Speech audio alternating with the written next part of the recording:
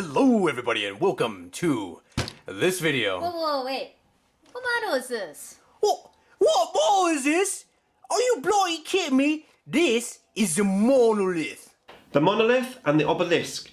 Time for a Win with Necrons 8th edition video. You what, mate?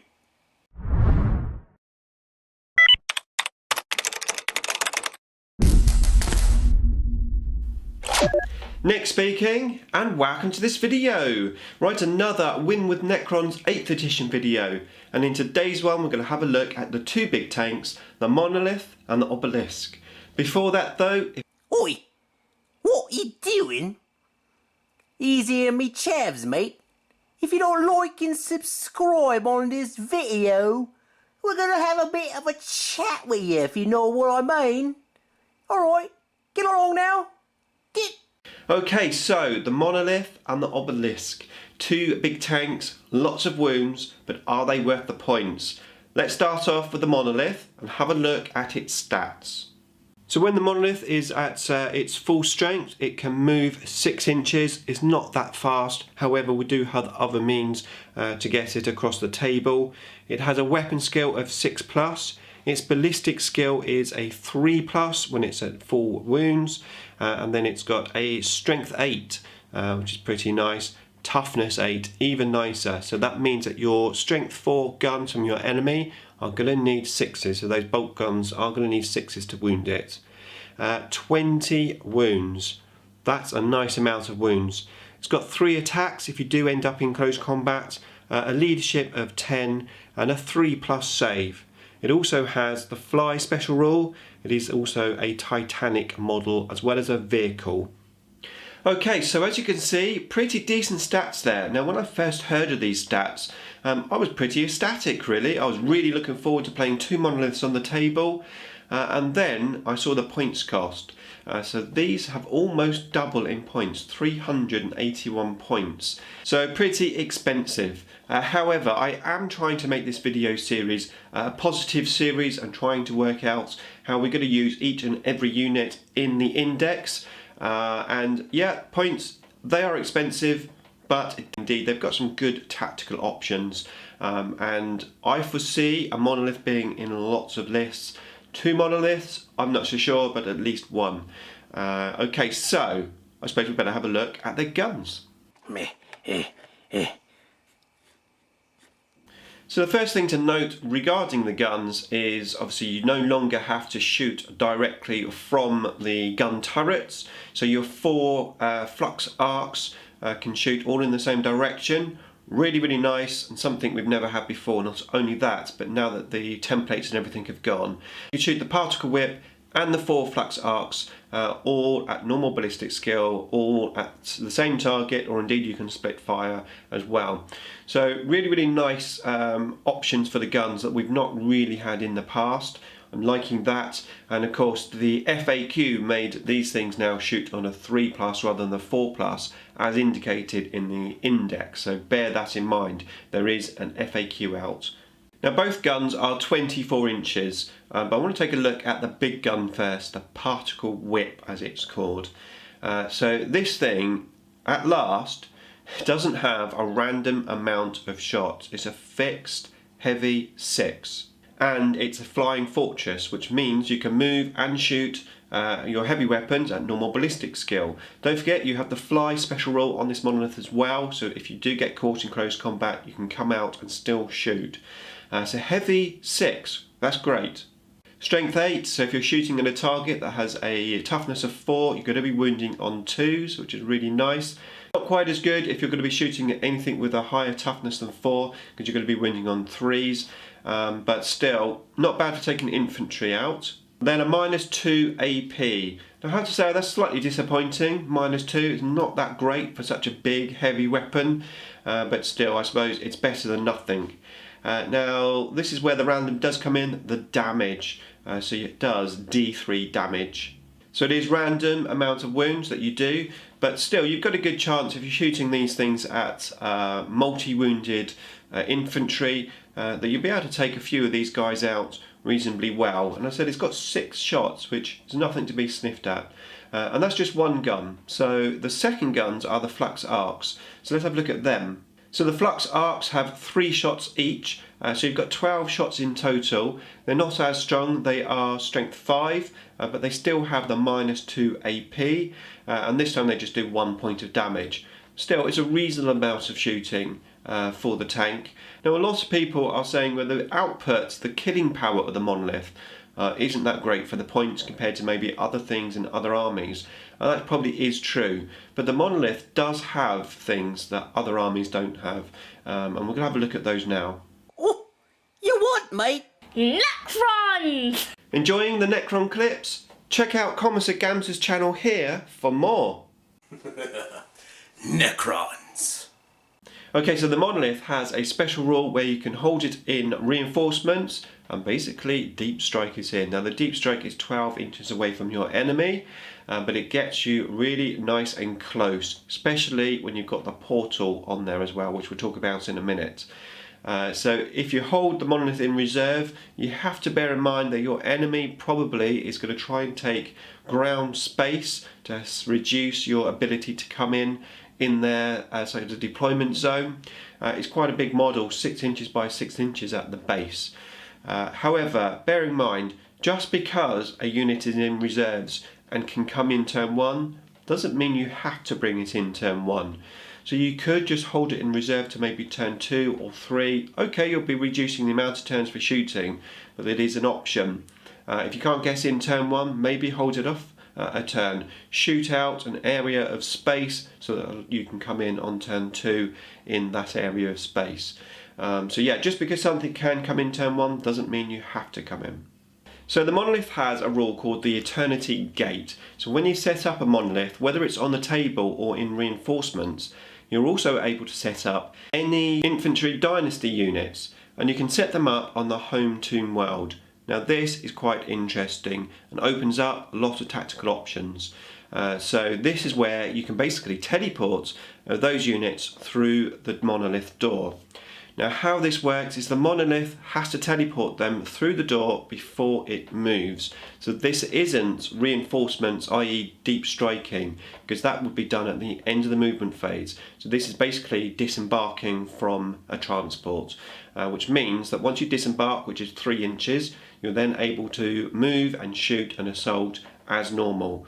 Which means if you can deep strike your Monolith 12 inches away from your enemy, and you've got a very, very good chance of getting your men out. Except you can only do that at the beginning of the movement phase, so you can't deploy the Monolith via deep strike and get them out that turn. You've got to wait a whole turn. And that is where the Deceiver Monolith combo, which we've talked about previously, really comes into its own, because the Deceiver can move the Monolith before the game starts, and then on turn 1 you can get your guys out who can then obviously shoot, assault, etc, etc. So just bear that in mind. The Monolith comes in, deep strike. It's not until the next turn that you can teleport a unit through the door from the home world.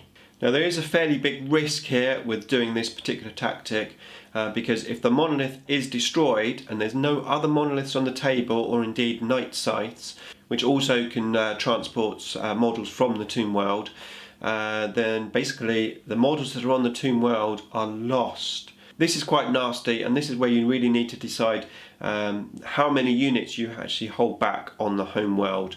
I would suggest probably just 1 unit, really, to be fair, if you've got 1 Monolith only, or at least 1 way of coming in on the table. If you have too many in reserve and the Monolith gets killed, could easily be killed, especially if you've got macro weapons from your enemy coming in, and then whatever's in reserve is lost, unless you plan to have other units, like I said, a couple of Monoliths or a Night Scythe on the table. So something to be mindful about holding units in reserve. So we know the Monolith doesn't have quantum shielding, but what it does have, it has like an anti-assault function, the Portal of Exile. So on the turn that a unit charges the Monolith, you can activate the Portal of Exile. So you roll a d6, and then if you hit, you get d6 mortal wounds on your enemy. This is very nice, especially if you roll high.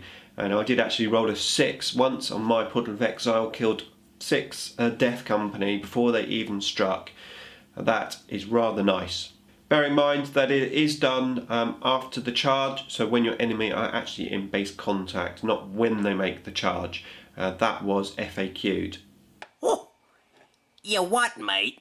So that is really nice, and obviously combine that with the fly special rule. It means after they've had the charge and that combat is over, you can fly away with the Monolith. The Monolith, I mean, it's going to hit on 6s. It does have 3 attacks, but yeah, it's not really worth being in close combat, especially when you've got that fly special rule. So the Monolith has the living metal special rule, so you can regain 1 wound per turn. Combine that with a Canaptic Spider and a Fabricator Claw, you can gain D3 wounds from that, plus a Monolith wounds. That becomes very nice. Of course, if you're going to deep strike the Monolith, it's going to be hard to get the Tomb Spider next to it, unless you're using the Deceiver, and then you can take the Monolith over and the Tomb Spider at the same time. Don't forget, stick a Gloom Prism on that Tomb Spider for your anti-psychic defense. Of course, I've already covered Canaptic Spiders, Tomb Spiders in this video here. Check that out if you haven't seen it already. And lastly, the Monolith, of course, explodes. So when it loses its last wound, you roll a dice on a 6. Any unit within 6 inches lose D6 mortal wounds. So pretty nasty. Be mindful of that. When it gets low on wounds, try and move your men away from the Monolith. So that is the Monolith. So I really like the Monolith. I think it's great that we can actually play the Monolith now. I mean, I was playing the Monolith before when it was 200 points, but it wasn't that great for 200 points. Now it's almost double the points. It's definitely a lot better. And tactically, it gives you lots of options for Necrons, which is really nice to have. So I really like the Monolith. I think it's great that we can actually play the Monolith now. I mean, I was playing the Monolith before when it was 200 points, but it wasn't that great for 200 points. Now it's almost double the points. It's definitely a lot better. And tactically, it gives you lots of options for Necrons, which is really nice to have. Now, obviously, it depends on the environment that you're in. I foresee the Monolith in a competitive environment being taken down quite easily. Lots of D6 anti-tank damage weapons, and also with the macro weapons as well. You know, your Monolith is going to go down quickly, so if you've got 10 Light Guard in reserve and then the Monolith, and that Monolith gets taken out, that's a lot of points gone. So I don't know how competitive the Monolith will be, but I think in friendly games with your buddies and stuff, I think the Monolith could do pretty well for you. Okay, so that's the Monolith. How about the Obelisk? Is that any better? So the Obelisk, unlike the Monolith, is a Lord of War rather than a heavy support. And it's 426 points, so a few more points, and it has a few more wounds. It has 24 wounds. So before we have a chat about the Obelisk, let's have a look at it and the stats. Okay, so the Obelisk has quite similar stats to a Monolith, to be fair. It does move slightly quicker, so it's an 8-inch movement, but it still has the weapon skill 6, still shoots on 3s, strength 8 and toughness 8, 24 wounds though, so a few more wounds, 3 attacks, leadership 10 and a 3+ save. It is also a Titanic vehicle with the fly special rule. So as you can see there, not actually that much different from a Monolith. You've got a little bit of extra movement and you've got 4 more wounds. However, it does have a different gun system, so let's have a look at that. So the Obelisk has 4 guns, 4 Tesla spheres, and these on paper sound really, really nice. So they are 5 shots each. Now bearing in mind, just like the Monolith, we're no longer limited to where the gun's shooting. So anywhere from the hole, you can shoot all of these guns at one target, or indeed you can split fire. Don't forget, you do have to declare before you shoot. There's strength 7, which is awesome, and just like any other Tesla gun, any rolls of a 6 to hit gives you 2 extra hits, so 3 hits for a 6. And they've got 5 shots each, so that's 20 shots. That's a reasonable amount of shots, bearing in mind you're hitting on 3s, so you're going to roll a few 1s and 2s, but at the same time you're going to roll some 6s. So probably on average you're going to get around 20 shots through, which sounds awesome. Strength 7 as well. It still means you're going to be wounding on 3s. It would be great if it was strength 8 and you could wound on 2s. Also would be great if it had some AP, because as usual Tesla has no AP, which is a bit of a shame really. I think AP would be nice if they want to keep the theme of no AP on Tesla, which I can understand. I think really maybe instead you should have a special rule on this massive tank that gives you ignore cover, to at least give you a chance of killing something. I mean, I shot 20 guns at some scouts with camo cloaks in cover and I only killed 2 guys. That's a lot of shots, and shows you how powerful cover is. Now arguably yes, I shouldn't be shooting at anything that's in cover, but sometimes you just have to. So these guns are 24 inches, pretty much like any other Necron gun. Not that great, but good mid-range. Now the Obelisk also can deep strike, just like the Monolith. I'm finding it probably isn't worth deep striking this one. I would rather have it on the table shooting its gun. The advantage of deep striking the Monolith, of course, is using the portal and getting it nice and close to your enemy. This thing just needs to be 24 inches away. Now having said that, it does have one special rule for anti-fly units. That's not just flyers, that's anything with the fly special rule, so that could be your jump pack guys, for example. Now this range is only 18 inches, so there is an argument for getting closer to your enemy. So the way this rule works is called a gravity pulse, and any unit which is 18 inches away from the Obelisk, you roll a dice, and if you rolled a 6 you do D3 mortal wounds, which very nice indeed, but you do have to roll a 6. So far since I've been playing the Obelisk I haven't rolled a 6 and I've done 0 damage with this weapon, so I wouldn't rely on it, but it's nice to have. Now the Obelisk does also explode when it's destroyed, and if you do roll a 6, the explosion is 2d6 inches and also does d6 mortal wounds. So potentially quite devastating if it explodes, and I suppose that is an argument for the plus side of trundling this Obelisk into your enemy. So then if it does die, at least you've got a good chance of doing some damage when it dies. So as always, it's got living metal, so it can regain a wound per turn, which is quite nice to have. It just helps keep it survivable. 24 wounds is quite a reasonable amount. Again, just like the Monolith, watch out for those macro weapons, and of course all those last cannons and stuff are going to hurt you without quantum shielding. So no, don't expect this thing to last forever if you are in an environment with lots of guns that are high strength and do a lot of damage. So that's both of those units covered, and as you can see they're quite different even though they're sort of almost the same. So you know, do 2 big tanks, lots of wounds, a good toughness, quite nice strength, different gun options. It's a bit like choosing Immortals with Gauze and Tesla. So I think there's an argument for both tanks. I think the Obelisk isn't quite as good for the points, down to the fact that it can't transport anything through the door. It doesn't have the anti-assault function that the Monolith offers, and it has no AP on the guns. Yes, it has a lot of shots, and again I suppose it depends on the environment that you're in. I mean, I played against 2 units of Blood Angels, the Vanguards, and all of them had storm shields. It was ideal for that because it made his storm shields worthless, because I was shooting him with just high strength guns that didn't have any AP. If I'd put the Monolith into those storm shields, I'd be wasting my Monolith guns. Is there an argument for having both in an army? Well, possibly, but then that is a lot of points.